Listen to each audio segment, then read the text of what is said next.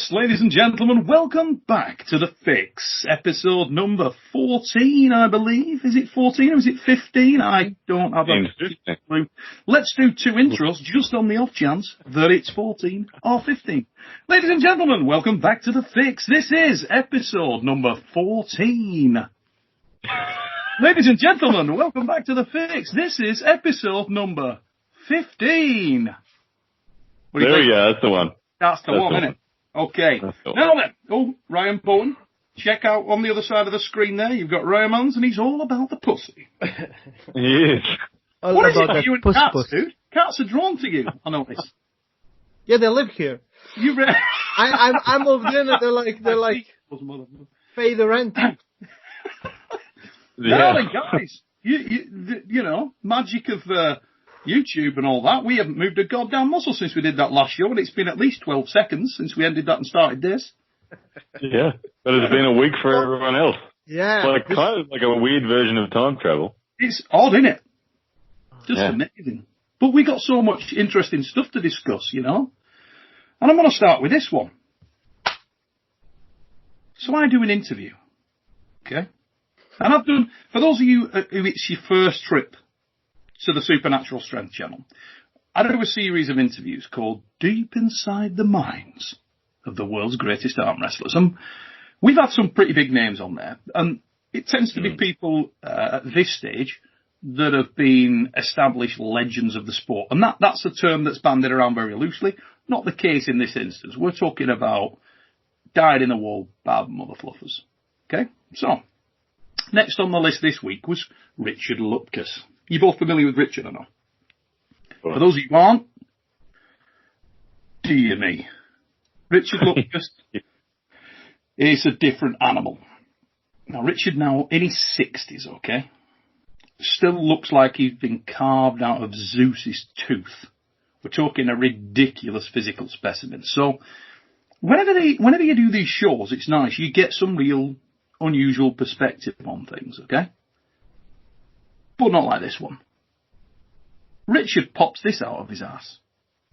He says, Neil, where I live, we're so far from everyone. I never get any table training.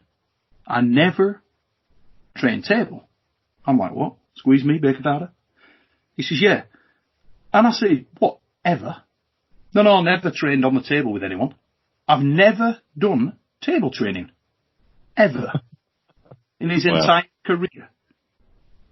Mm-hmm. What the fluff can you imagine? And this is a guy that's, I mean, when I was a pup, when I was coming into the sport, late 80s, my first experience of Richard Lupkes, 1988, Eskilstuna, Sweden, okay? That guy went through his nearest competitor, his nearest adversary at the World Championships with greater ease than we're talking about reminiscent of a prime Andrei Pushkar, if not easier. You know, in a worst possible fashion. We're talking about a situation where he just rigid as hell and just hammered people. He competed and has a winning record against the likes of John Brasink, Gary Goodrich, Scott Norton. Just the list goes on and on and on and on. And he never trained table. So if that, to me, that just flags that nature versus nurture question just erupted big time. What does that say about him? How good could that guy have been? It's interesting because normally it's the table time that develops the inner elbow connective conditioning required, but he, I don't know, perhaps was just so strong in a fundamental sense that in his early day tournaments, he was able to walk through everyone without really exposing his inner elbow. He was just so strong everywhere else. His style is suggestive of someone who uses very basic and broad strokes. So it doesn't surprise me that he never became technical, because he never had a chance to become technical. He just kept it simple and just went so straightforward. But I am surprised that he was able to hang with the guys that he did without any sort of table time training. It is kind of hard to believe to come in as essentially as a novice in terms of your on-table skills and be able to just crush people of that caliber is phenomenal. So yeah, what about you, Ray? Oh yeah, I agree. He's I think OP. You know, he's just gorilla. He's overpowered, and just like it took just. I don't know how to explain this yet. Usually we will see guys that arm wrestle a lot on table, but for big guys, if you're a super big guy and you come and you start with arm wrestling on table, sometimes your arm is going to get effed up and no more arm wrestling. So by being too strong with back pressure, with hand, it just, you know, overtook everyone. And I think this, like at the start they were doing sit-down arm wrestling. In sit-down arm wrestling, you cannot press, I think, that hard inside because your body is not really moving. You know, and standing, you can basically turn however you want. So I think maybe that played a little bit. You know, I don't know. I never tried sit-down arm wrestling. Well, you know, the funny thing is, I spoke to Richard about that, and he said he's never lost a sit-down match in his life. Now, let's just explore this a little bit, okay? When I spoke to him about his career and a little bit off the show after, because I couldn't get my head around this. It was like, what the hell? This is nuts. That guy, is it possible that he could have been the best of all time? The very best with training. I mean, and the other thing that's really fascinating about that, everybody's of this mindset that a guy can come into the sport of arm wrestling from any other strength discipline. Okay. From whatever you want. You know, from powerlifting, from anything else. And they could, that situation could never present itself where an individual shows up into arm wrestling and just has so much genetic ability, natural predisposition to arm wrestle effectively being to some extent a degree of natural technique, body movement, all the other disparate elements that go to make a good arm wrestler. It could never happen. Richard sort of is a living example of disproving that theory to some extent, because I know that he started when he was a young man and he was smaller and he had the range, and there's a degree of experience gained by that. But let's walk through a few facts here from Richard, okay? This is what he's told me. On the build-up to the Over the Top tournament, the famous Over the Top tournament at the Hilton, okay, he had not prepared specifically for the event. He had not trained any table time whatsoever between starting the sport and that competition. When he showed up at the competition, he wasn't really looked at as a favourite or even a guy that had a chance of winning that. Brezink not being the favourite either. He was in battles with the guys that were favourites and then faced Brezink when he was blown out after winning the battle. These are all things that are just a little bit mind-boggling, that he hasn't got that much focus based on stuff like that. He beat Scott Norton when Scott was a 350-pounder and he was a 220-pounder. It's ridiculous feats of strength that this guy, and, you know, accolades that this guy's achieved throughout his career. It's just nuts. Absolutely nuts. And he said that when, you know, I spoke to him and I said, look, when you've been to places, have people never shown you technique, walked you through more technique? No. Well, the problem is everyone instinctively will always take the path that works. And without someone guiding him and taking him under his wing, and he probably needed someone that wasn't a competitor. He probably needed a former great to look at him and go, let me guide you. And then someone he's not competing with, because we all know it's hard to take lessons from people you're beating. And if he's beating all those guys, he's not going to change his style. He's going to stick where it's working and just make it all stronger. So I do agree that someone of that stature, if we ever see someone of that stature move like a complete arm wrestler, then yeah. Isn't it funny though? I mean, you know, that people have sent in comments, they say, oh, Denis Saplenkov described Richard as the strongest man he'd ever arm wrestled. You know, when Richard's like 57 years old and been out of the sport for so long, and Dennis is pursuing the sport like a rabid dog. He's training technique. But he's at the absolute physical and mental prime. Richard's not really committing any time to it. Still operating a working farm and a trucking company. I'm 57. But did he say he never took advice, or did he arm wrestle on table like practices, or no practices at all? No, just he didn't lifting do weights table and time with smashing. anyone. Yeah, he said he did weights. He showed up at competitions and beat folk. That was it. I said, you didn't have a club. I gotta go. No. Bye, guys. I mean, what the... Yeah, I said to him, you've no arm wrestling club that you train with? No. At all? No. Have you ever? Gorilla. No. Gorilla. Yeah. This is nuts. And that guy's so humble. And why would he lie about that? I just don't think he would. I think he's telling you the absolute truth. He's so... Yeah, matter of fact... Yeah, I train my ass off on weights, and I can see, you know, he's a very intelligent guy. He can see what people are doing.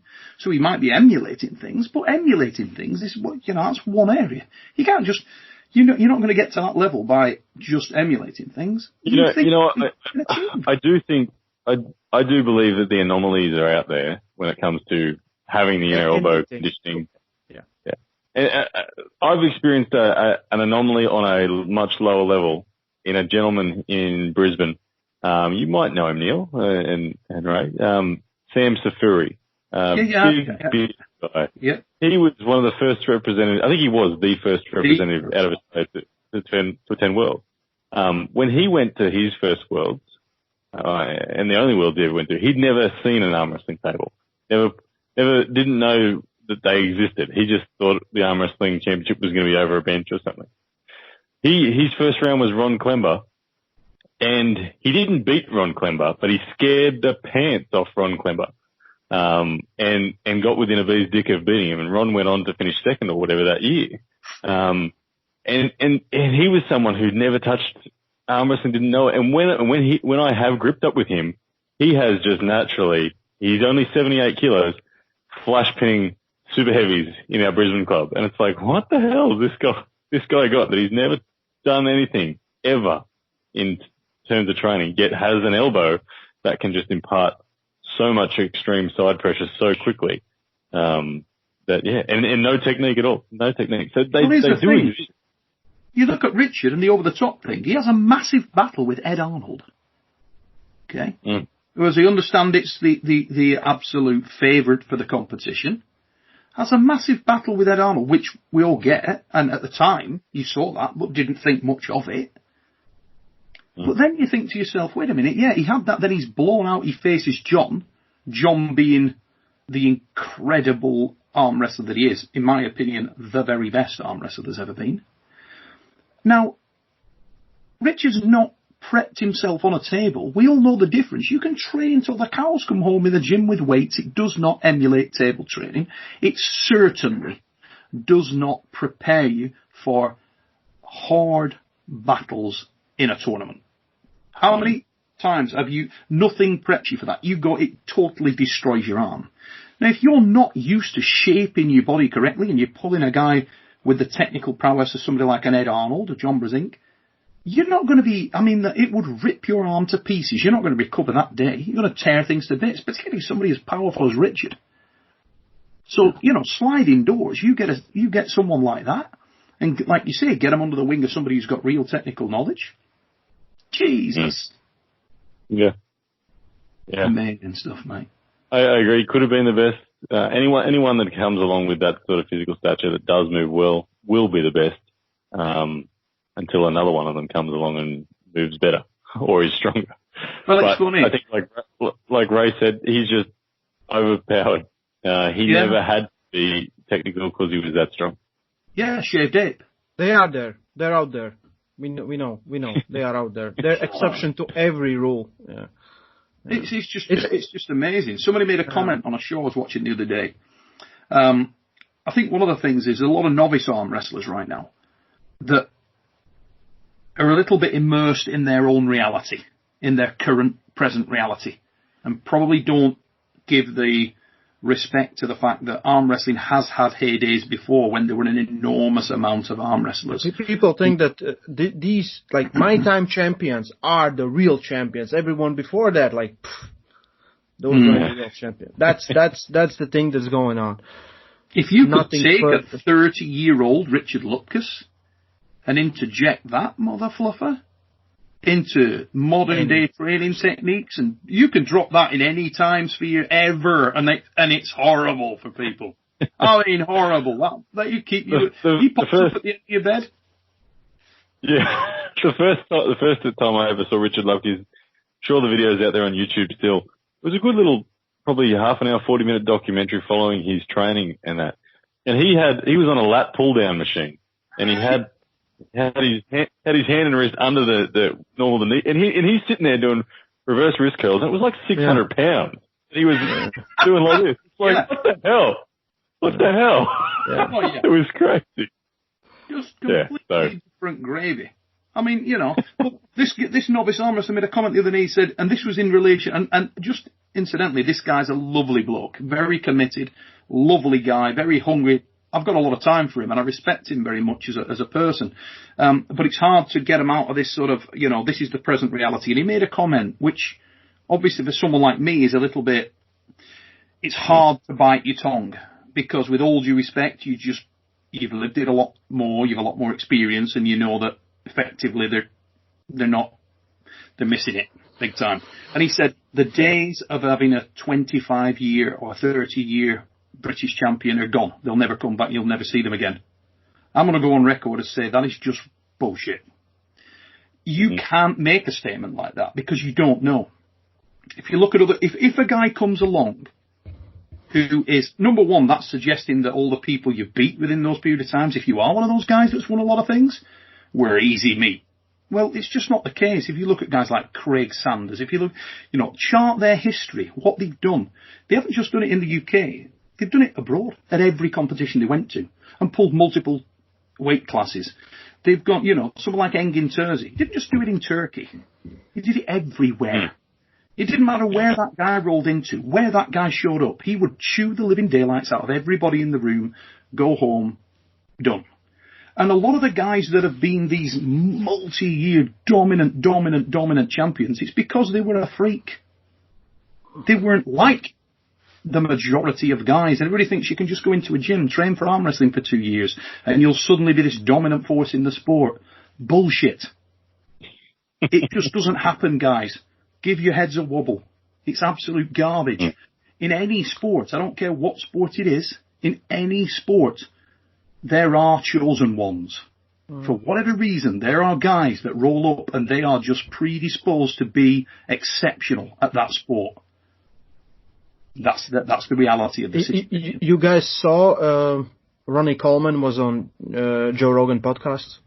Actually, no, didn't see. I know he has been, but not caught the show. No, I don't know, a few days ago or last week, whatever. He tells crazy stories and everything. And he's like, I started taking steroids when I was 30 years old. 30 or 13? 30. I'm Googling the pictures of him, and he already looked like a god. Mm-hmm. He's like, yeah, but I started taking, and then I started winning the tournaments because the guys were winning. He said, just incredible things that he's like, when that's his words, and I don't believe it's completely right what he said, but he said in competition time, I had 0.3% body fat. 0.3%. Yeah, how they measured it may be right, but it should not be reality. He said, but off season it was 3%. 3% in off season and 0.3% in competition. And he's like, guys, they can take whatever they want. I was genetics. That's incredible. That's true. 8-time Mr. Olympia. If you look at him, again, he was just telling a story. I don't see a reason why he should lie when he started taking stuff, because we know bodybuilders. Who cares? There's bodybuilders. But when he was 30, you already wanted to say like, oh man, he's on everything. And he says like, no, I just then started taking before that, and he looked incredible.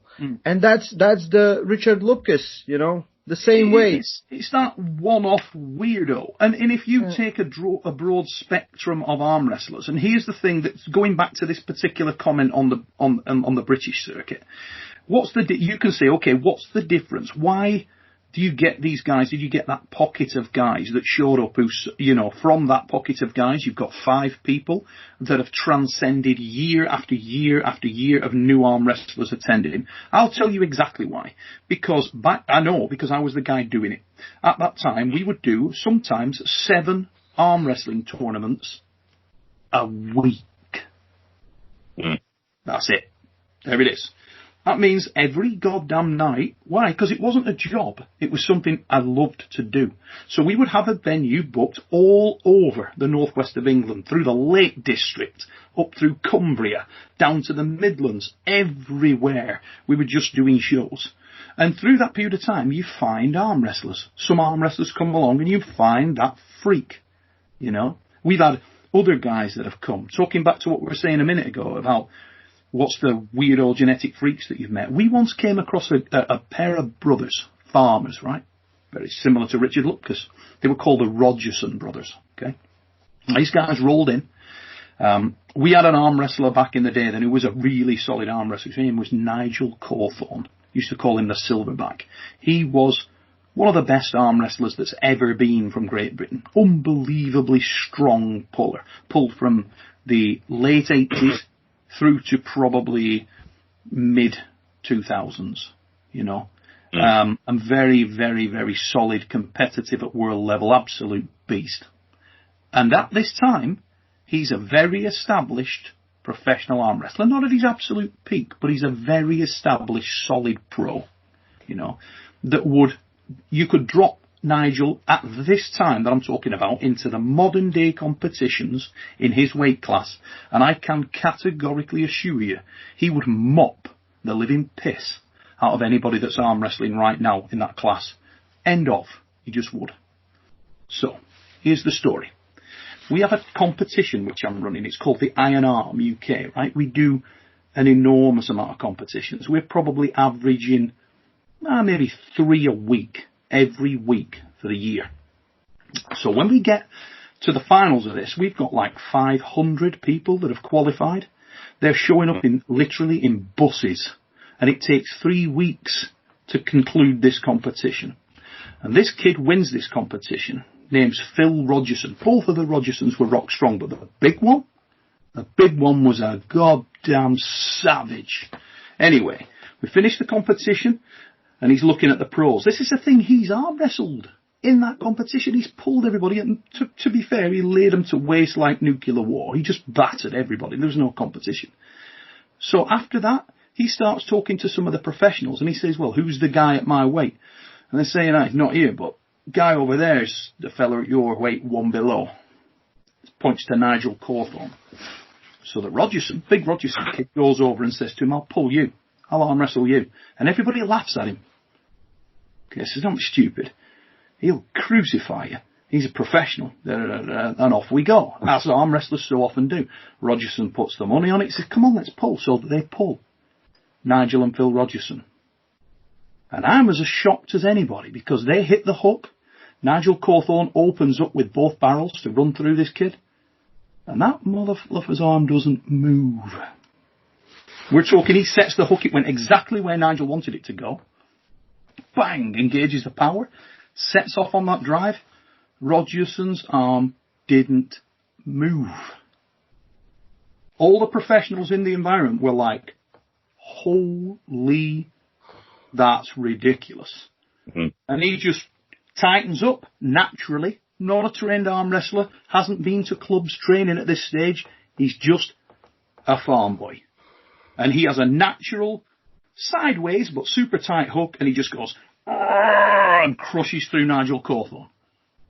Nigel looks straight across to me, looks me in the eyes and goes, that's ridiculous. Now that's a weirdo. That's a freak. Yeah. So what I'm saying to anybody who doesn't think those guys are out there, they are out there. I'm not saying there's a lot of them, but they're out there. You get one of those guys who shows up, there's another of your John Brzezinks, another of your dominant force. It's just we don't have the exposure for the sport to know where those guys are. They don't have to have come from powerlifting. They don't have to have come from World's Strongest Man. They have to have come from God's own hand of you shall be an arm wrestler, my son. They are out there. They are. I know hanging out with Devin Larratt, he will often, when he's getting high, he'll start talking about exploring north in Canada and finding his words, the giants up there. He says, he'll say there's 10-foot men where 10 foot's the average living in the far, far, far northern regions of Canada. And he said that's his life mission is to go up there and find one of them, bring one back to arm wrestle. Okay, I'm not sure I agree with that, but that sounds like some good that he's on.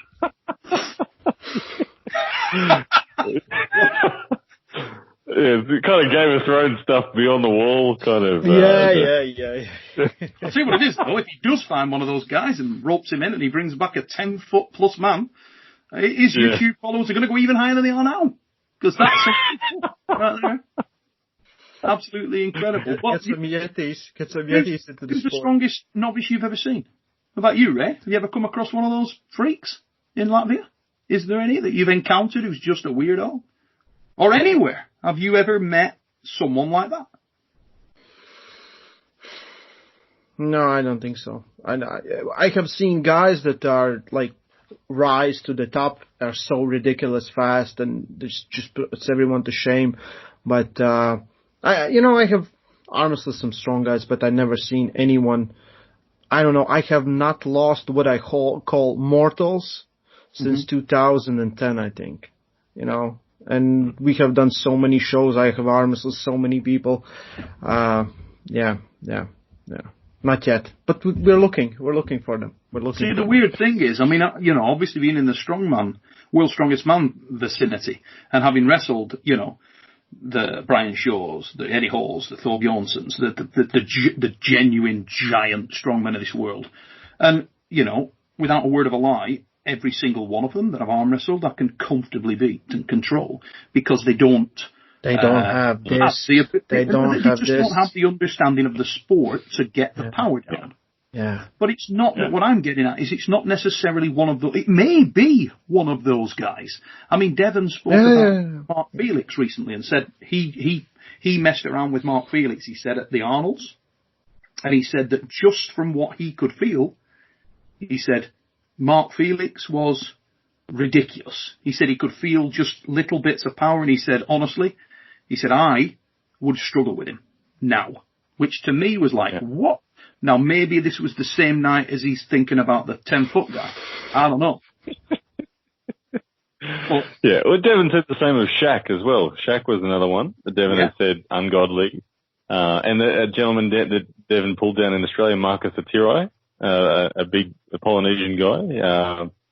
So they're out there. They are out there, but they've got to learn to move too. That's the problem. Well, somebody like Shaq O'Neal, that's a natural athlete, isn't it? Yeah.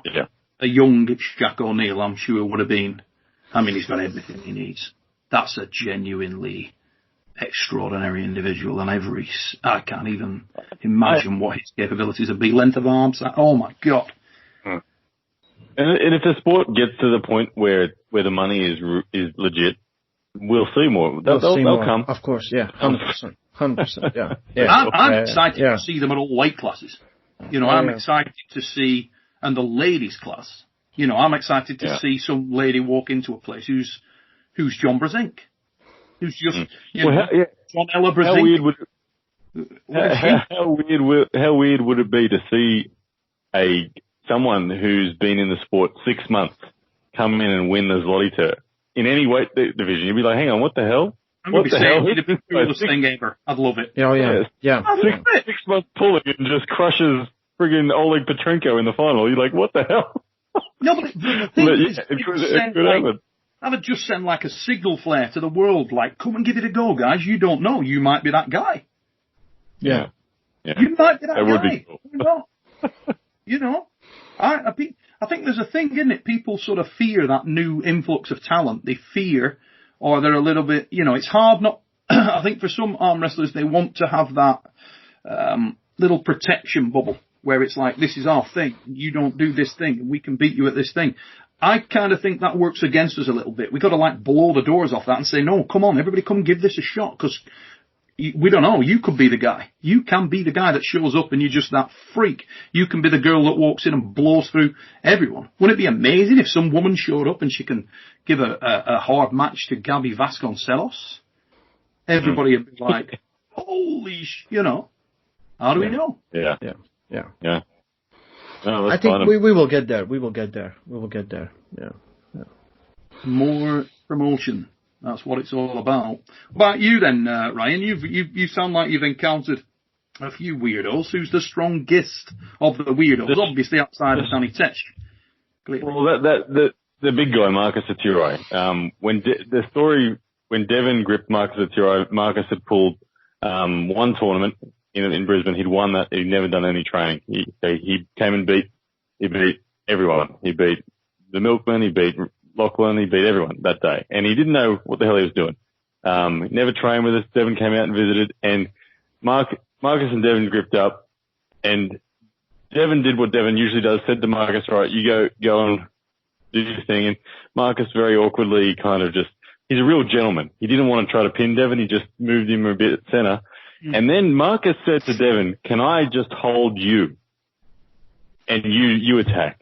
And Devon was like, oh yeah, okay. And in novice technique, Devon ramps up and cups and starts driving, and Marcus sits there, dead center. And Devon's like, what the hell, man? You're dead center holding me.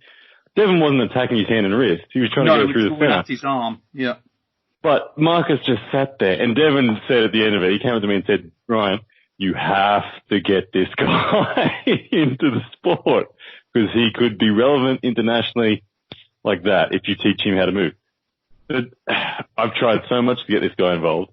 He's got arthritis in his hand, and he's always very hesitant to actually do it. So, him. Yeah, it's funny, isn't it? Another little story for you. We were at the Arnold's. Okay. Was it Arnold's or was it LA? We were at this big fitness exhibition, and I'm knocking about with Brezink. And we're just on the stand. I'll tell you where it was. It was the Arnold's, and it was the Viatech stand, I think. Anyway, we've got the table out, and guys are coming up, pulling a couple of times. But John's not the guy. Travis was doing a lot of pulling with people there. There's a few other pullers knocking about. And anyway, this guy comes up and he starts talking to me at the table, and I'm sort of stood in the referee's position at the table. John is leaning on the table. This guy comes up, super good looking dude, right? Absolute, good looking mother fluffer. And I turned round, and three of the women at the side of me had slid off his seat. I mean, he was a serious dude.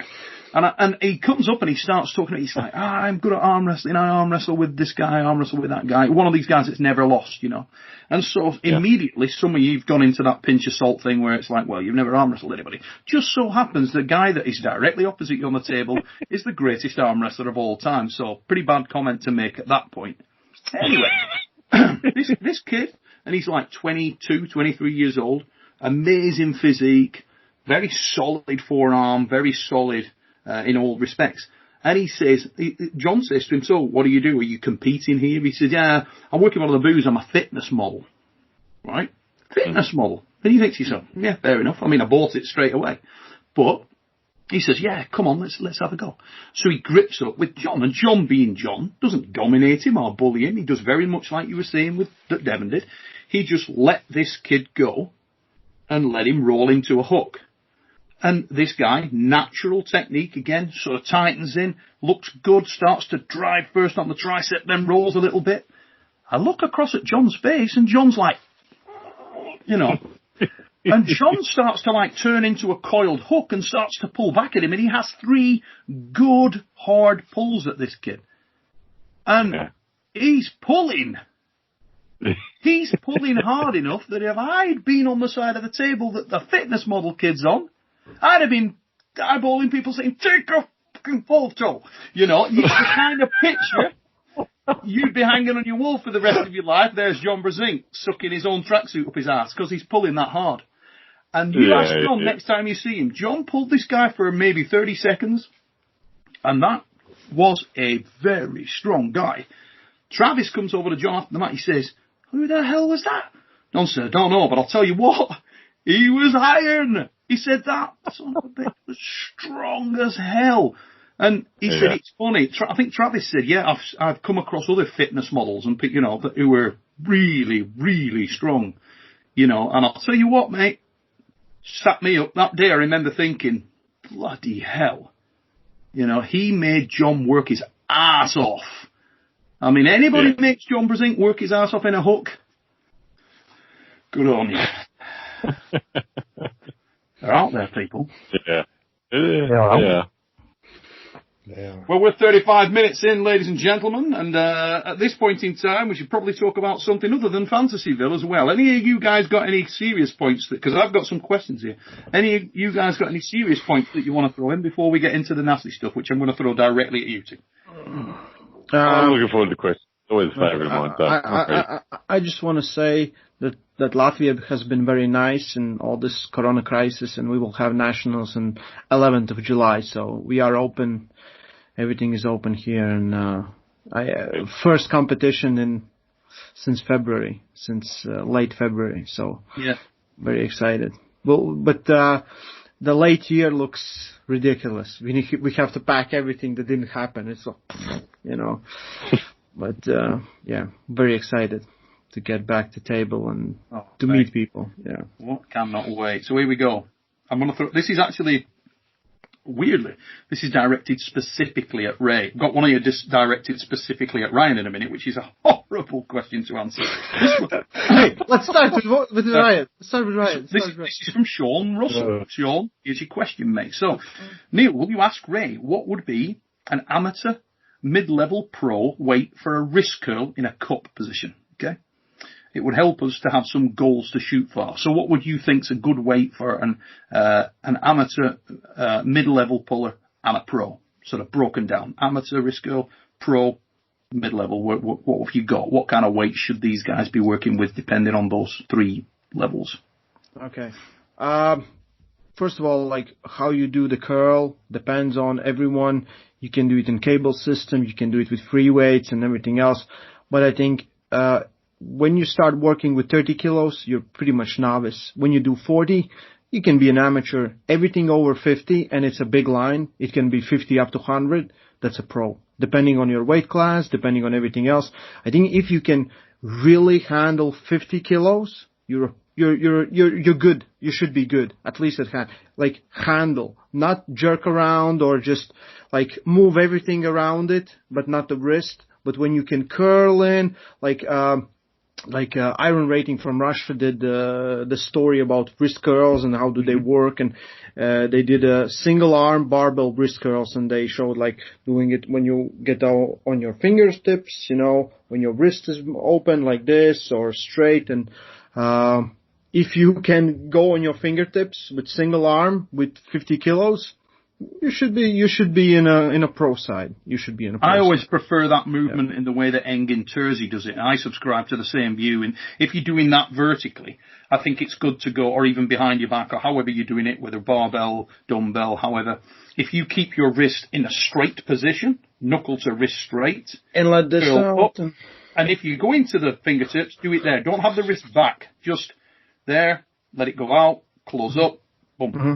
Let it go out, close up, boom. That kind of movement I think is better and healthier for you. But my number. Real quick. Number, Go, Ryan. Go. No, you go. You go.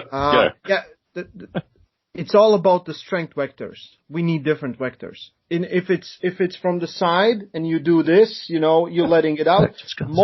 Most tension, depending on where the pulley system is, either on a wrist or fingers. When you do it on a table straight, it will be on a wrist in straight position.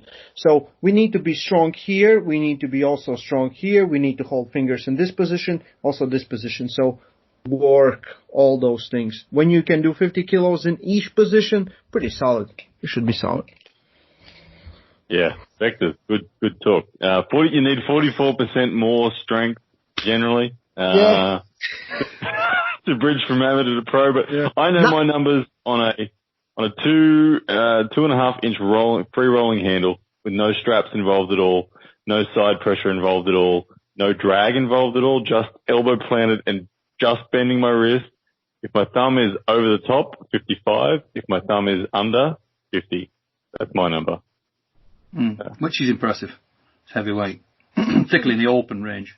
I always found with the thumb over the top, I could go more personally. Yeah. You know.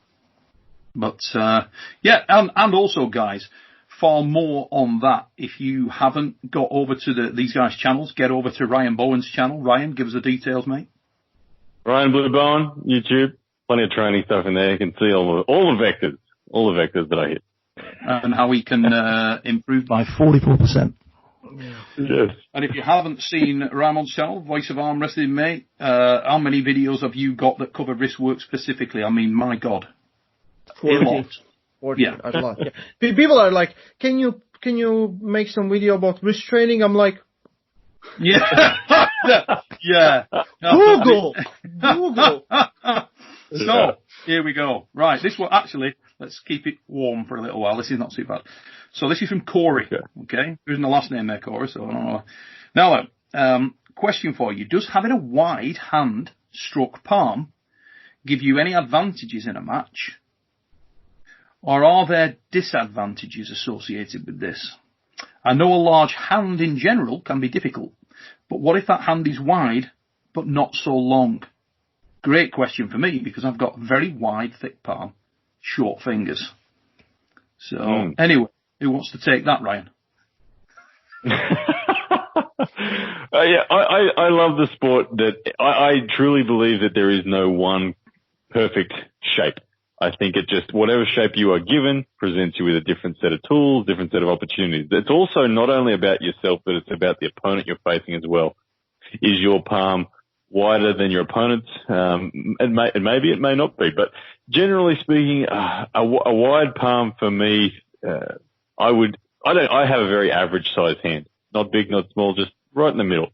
So I try to be everywhere in the game. If I had a wide palm, I would expect that your ability to supinate and pronate are your two major advantages that you have, because you're on both sides of the spectrum. Always, if you can get, I always draw a pivot line through the forearm, and if you can get over your opponent's pivot line, you can affect their rotation of their forearm more significantly. And I would think that a wide hand has the ability to affect the pivot of your opponent's forearm.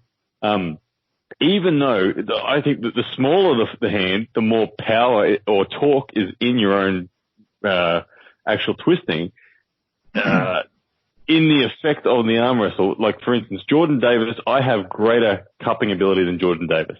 But on the table, he outcups me every day of the week, even though in the gym I can outcup him. Yes. So I would say a big, broad hand in the gym probably won't pronate as much as that tiny little hand that's just twisting on the spot.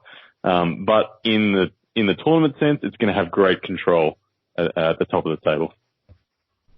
Ray, anything to add, mate? Get stronger. All of us are beautiful, however we are made. Just get stronger and stop like, these are nonsensical questions, quite, Don't care. Big arm, small arm, cannot hold on to everyone. Get the strap. Get comfortable in strap, Don't like that? Arm wrestle without the strap. Yeah, I agree with almost everything you said there. Apart from the sort of, we are all beautiful thing, because I kid you not, the other day I was outside and a guy walked past me.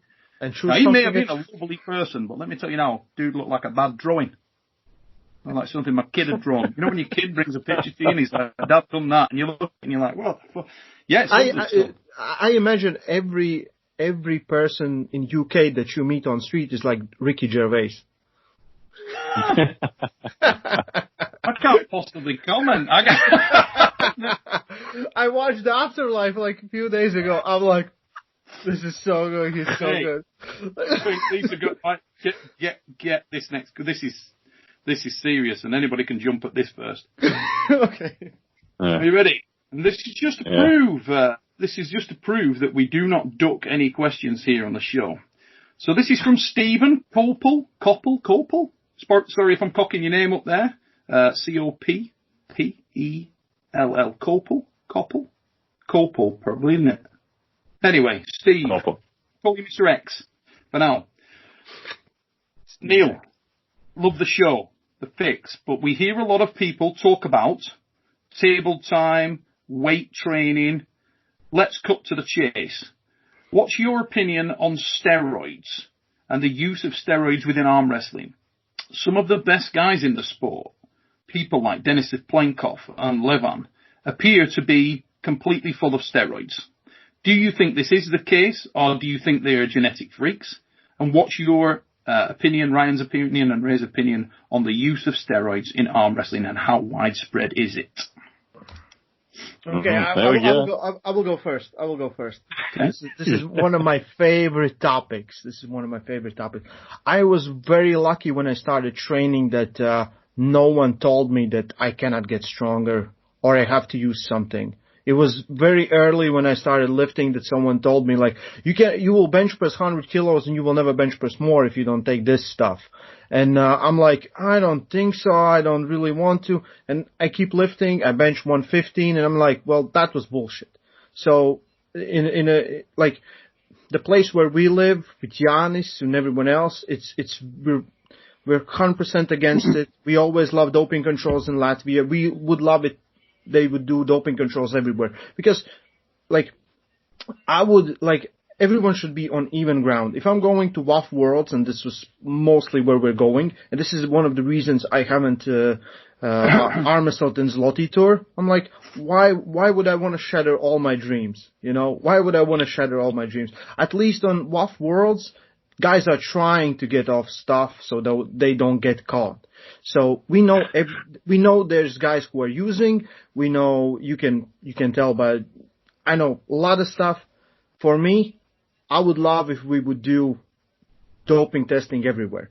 And the arguments against it are super stupid. I don't, if it wasn't money issue, because it is money issue, the second thing everyone will say, yeah, but the guys are big, and guys will still be big. There still will be muscular guys.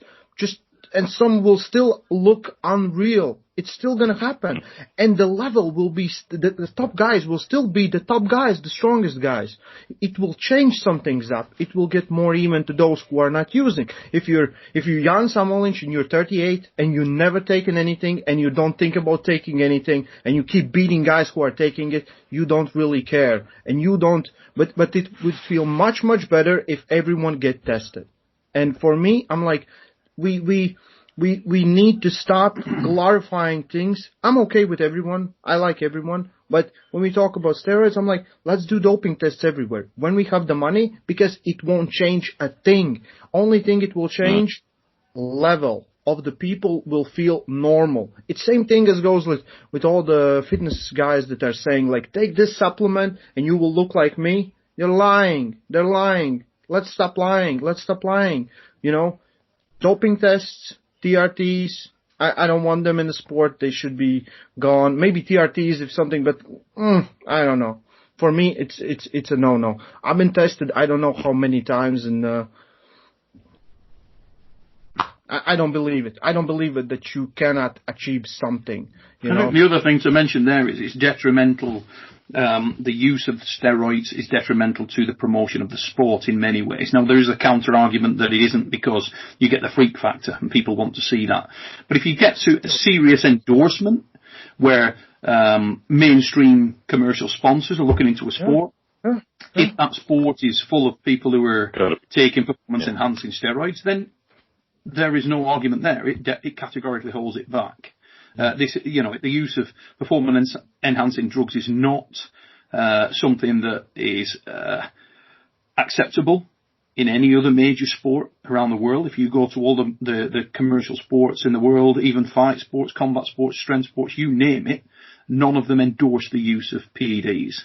I agree with what Ray's saying there in terms of the more testing there can be and the more widespread that becomes, it can only really be a positive thing for the sport going forward. And also, looking at the future, if you've got children and you want them to go into the sport, would you like them to be in a situation where they are able to go into a sport where, without taking performance-enhancing drugs, they're on more of a level playing field and it comes down to skill, genetics, whatever it comes down to? I think the answer in most people's minds would probably be yes. I want to say one thing, because people are going to comment on this one. Yeah. That's why I read it. Because there's still going to be tournaments, like as far as I know, outside from Latvia, outside from national countries, whatever, national championships, WAF Worlds, Europeans, and I think IFA got testing. Nowhere else there is testing. So if a clean guy goes there and competes, if he loses, it's not like he lost because everyone else was taking. He had a chance not to compete. So, like the comments under Devon versus Dennis, because Dennis looks so ridiculous. It's like natural versus steroids. I'm like, it's not like Devon just drive there and saw Dennis first time. He know where he was getting into. If we talk about those kind of things, everyone, if you don't want to go there, you have a chance not to go there. But if you would do doping tests, it would be more people would go there. For Zloty Tour, it is incredible. Like, if you look at the statistics, the top guys in the 90 and 100 kilo class has come from WAF. And if you look at the Zloty Tour winners, some of those WAF champions don't become Zloty Tour champions, like 2 months later. So, it's incredible rise. And if he smashed everyone at the WAF and he goes to Zloty and got 6th, 7th place. So, I think it's important just for Stephen's benefit. Stephen, I know, these guys don't know yet, but I'll just tell everybody. There is a second part to Stephen's question. The reason, just to say, Stephen, the reason I didn't read this out, okay, is because, well, let me first of all tell you what the second part of the question is. Do you and the guys think it is possible to win a World Championships, and it's in brackets current World Championships, without the use of performance-enhancing drugs? And can you name any elite arm wrestlers, past or present, who have done so without the use of PEDs? Right. The reason I didn't read that out initially in this episode is because what I don't want to do is turn this into a session where we start trying to guess and name who is or is not on steroids or who's using steroids. Simple answer. I don't know who yes, is. you can. Yes, you can win. Yes, you can win Zloty Tour if you want to. You can definitely win WAF Worlds because I've done it. End of. I asked that question to John when I was first getting to know John 2 years ago. I was fringe pro at the time. I wasn't in a North American sense. I wasn't yet at that level, but I was approaching it. And I asked John almost the same question. I said, John, what is the reality on steroids? You've been there, seen it all done. Can you make it all the way to the top clean? And John said, if you think you need to take steroids to get to the top, you're flat out wrong. You flat out just don't need to take it. You need to have the right genetics. You need to work hard. You need to be a good arm wrestler. And it's crazy. You will ruin your body and you just don't need it to get to the top. That was John's first answer. He then said, there will be moments where every arm wrestler that has made it will have to make a decision whether they're going to take it for a spot moment or not. And it's like Devon v. Steplenkov. He knows what he's getting into. If you know what you're going to get into, some arm wrestlers will choose, yes, for this moment in time, this title, I'm going to. And Zloty Tour is a good example of that because it's very well known that it's not tested. So many do choose to for that. Many will choose to for a vendetta under the PAL. Many will choose to perhaps in the WAL, or I don't know. But to get there, John said unequivocally, no, you do not need to be on anything. Right, I've got to jump in here, guys, because this ties up with a lot of the things, and why I left this till late in the episode, it also ties up with a lot of the things we've discussed in this episode, okay? To endorse what John said there about the genetic freak, the weirdo that comes along, the weirdos that come along who are able to do that, okay? That is a very, very important thing to focus on. But also, the guy I was telling you about that was speaking in the other podcast that I listened to, and they said, look, you have a situation where, arm wrestlers don't need to be technically diverse to succeed at a high level, which again is just a completely inaccurate comment in most areas. They have one move, they stick to that move, and they can go and win Zloty 2 with that move. Not the case. Let's also make another distinction here. I think if you're saying, can you win the WAF World Championships without steroids? As I said, yes, I know you can because I've done it on multiple occasions. That's a fact. People have said, "Oh shit, you must have been taking stuff." No, I didn't take anything. No. And one of the things is guys are just pussies. Yeah, one of the things that I'm going to say is this: if you've got a situation, if I'm going to play a video game, okay. And it's a multi-level video game, and I want to build a character within that video game. My ethos was always this. If I may not be the strongest, red line strongest character, but if I can get my strength level, so as Michael Todd always says, it's comparable, it's competitive, the strength gap is not too big, I don't necessarily need to be the strongest if I am the best. So if we break down mental attitude as number one, and let me tell you now, if you think mental attitude is not number one, you are wrong. And I'm talking about for the clean athlete, for the clean arm wrestler who has success in mind. If you've not got it here, then it's not possible for you, no. I will say this. Mentally, I was right there. Fact. Knew exactly what I was doing. Very, very competitive in that environment. You need an ace. You need something that beats 80% of the field. You need technical diversity. Whether or not you choose to use that in the competition is up to you. And through a painstaking process, you'll find out how effective or otherwise that is. But you need something in your back pocket that you can pull out. And I don't mean one thing, I mean multiple things if you're going to make it through an elite tournament at that level. But the reality of winning a WAF World Championships is often this. If you have a field of arm wrestlers in there, and from that field of arm wrestlers, there's some that are taking PEDs, there are some that aren't taking PEDs, what usually happens as those rounds go on is the draw becomes important. And some of the very strong men meet each other, and their level consequently drops a touch. And some of the very smart arm wrestlers meet each other, and they may win or lose. And it's a ripple effect, and it will play itself out, and the tournament will evolve. What you need to win that is the mental dexterity and the physical aptitude to ride that evolution better than your competitors. That's what you need. End of. Does that mean that you can go and pull a guy who is on PEDs in a 6-round supermatch tournament where he's got you beat so far in one area that you can't beat him? No, that's a different environment. If a guy's just too strong and there isn't a way around him, he's probably going to beat you. World Arm Wrestling Championships, WF World Arm Wrestling Championships, is a very different environment to that. It is. There will be numerous things that happen in any and all WAF World Championships that change that evolution for you and for the other guy. The better prepared you are to ride that evolution, the greater your chance of success. I like that. The way you've just described that, Neil, makes me want to go pull a WAF World Championship. Telling you, that's the reality of it. I mean, Ray spoke about Giannis Amelins. One thing that I would say that I had in common with Giannis Amelins and with other guys that have done well in big high-level tournaments like that, and again, to dispel what the person on the other podcast said, is that when you did that, when you achieve that level of success, you have to have a very high-level game which is diverse and adaptive. If your game is not high level and adaptive, you cannot win and you will not win.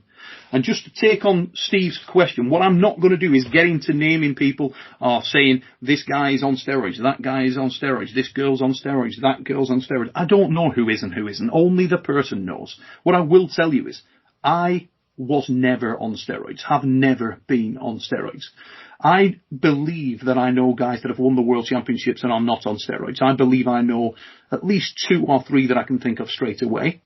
I'm not going to name because I don't want to sort of, by doing so, suggest that other people are. That's up to them. Every man or woman takes their own choice. What I will say is that I do believe that then or now, it is possible to win the WAF World Championships if you are one of the chosen ones, if you've got all the boxes ticked. Do I believe that any guy off the street can come and win it? No, not at all. The guys who win the World Championships are not just anybody off the street. That's the reality of it. I think now is even it's easier to win now. I think the middle level, yeah, but because of the more tests. I think it's when also, mate. It's where, you know. One of the things that I'm proudest of is where I got a couple of my wins, Poland and Italy, were right in the middle of Europe.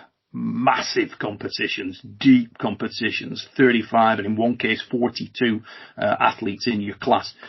You know, when you win a tournament and it's not heavily contested, for me, it's not a good thing. It actually detracts a little. It's a little bit, if I've ever got success, and I'm not talking about at World Championships, if in any tournament I've ever got, this has happened to me a couple of times in the British Nationals, where I've got a win, and with all due respect to the guys in the class, I thought, well, the level wasn't that high. I assure you there's no one in that room more pissed off than me. And not just because I'm running the competition, and, you know, I'm heavily distracted anyway. I haven't really focused on arm wrestling since 2006. That's just the reality of the situation. But I always found that I was much more switched on when I was competing internationally, because I want to arm wrestle where it's bloody hard. For me, that's the excitement of arm wrestling. I've never had a piss-easy victory in my entire arm wrestling career that I loved as much as that battle. You know what I mean? That's the one. That's the essence of why you do it, or why I did it anyway. Yeah. No, what I meant, I didn't mean like lower competition. I meant now there are not that obvious guys. Like, obvious guys will get testing done, and if they fail the test, they will go out. If they don't fail, we know at least, you know.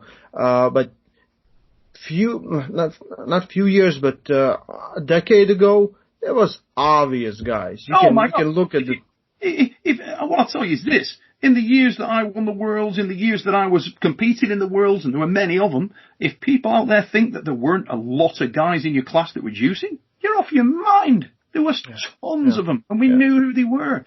But just being strong's not enough. Yeah. Everything. It's arm wrestling. Everything. It's not enough to just be strong.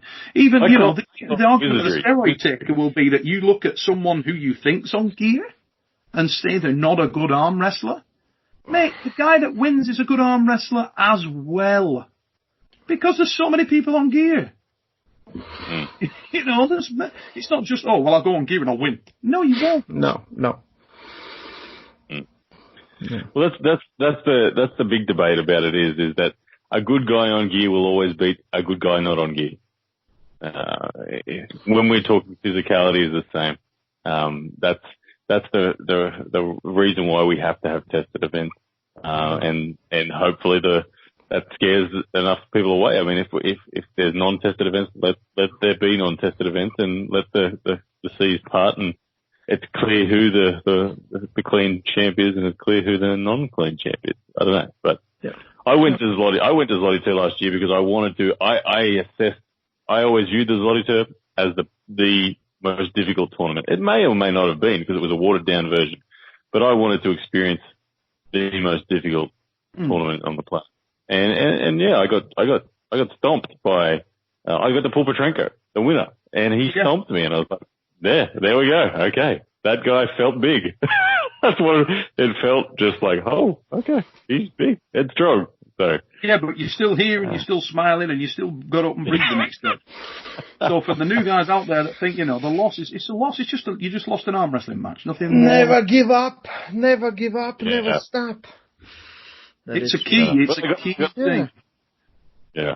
I mean, I loved it. I want to go back because I want to test again. I want to feel again after a year's training and all that. I want to say, okay, I felt like I got stomped last year. Let's see if I get a little half stomped this year. I don't know. That's the excitement. Let's be honest. It's a magnificent tournament. I mean, you know, whether you love or hate the Mazarenko promotion stuff, I don't think that anybody can realistically stand there and say that they're not excellent events. The tournaments are extraordinary level. They're brilliant tournaments. They're professionally organised, aesthetically pleasing, great environment, great arm wrestlers. I've never been to one I didn't love. Yeah. Awesome. Yeah. World Armwrestling Federation Championship, same deal. WAF Worlds for me, I love them. I always did love them. You know, not many arm wrestling tournaments I go to and I don't like. I've been to it's the whole brotherhood of the sport coming together and doing their thing. There's nothing better. Yeah. It's mega. Why we get up in the morning? Well, apart from Ray, who gets up. It is a weird thing that we do, but it is amazing. It's a sport that once you're involved in, you don't quit. It's forever. Yeah, you're stuck. It's like being in the mob. There's no way out. You're knackered. Wouldn't have it any other way. That's true. Well, at an hour and 5 minutes in, fellas, I think it's probably time we wrap this one up. But ladies and gentlemen, remember, if you're new to the channel here at Supernatural Strength, I hope you enjoyed what we do. Stephen, you mother fluffer, please don't send any more questions that are on that topic. I do not want to get into that every week on here. Ray might do, but I don't. Guys, plug the channels one more time. Ryan Bowen, where can these guys come and find out more about Blue Bowen? Ryan Blue Bowen on YouTube. Good stuff. Liepins, where can they come and find out more about the man? Voice of arm wrestling. The Rolls Royce of arm wrestling? What? Rolls Royce of arm wrestling. For all those people who can't understand his accent, the voice of arm wrestling. There we go. For the Aussies in the crowd. Thank you guys for helping me. We hope you enjoyed the show, guys. And weird times still out there. Nobody's allowed to get out and arm wrestle, but we hope you and your families are all safe and well. And until next time, ladies and gentlemen, take it easy, Pete.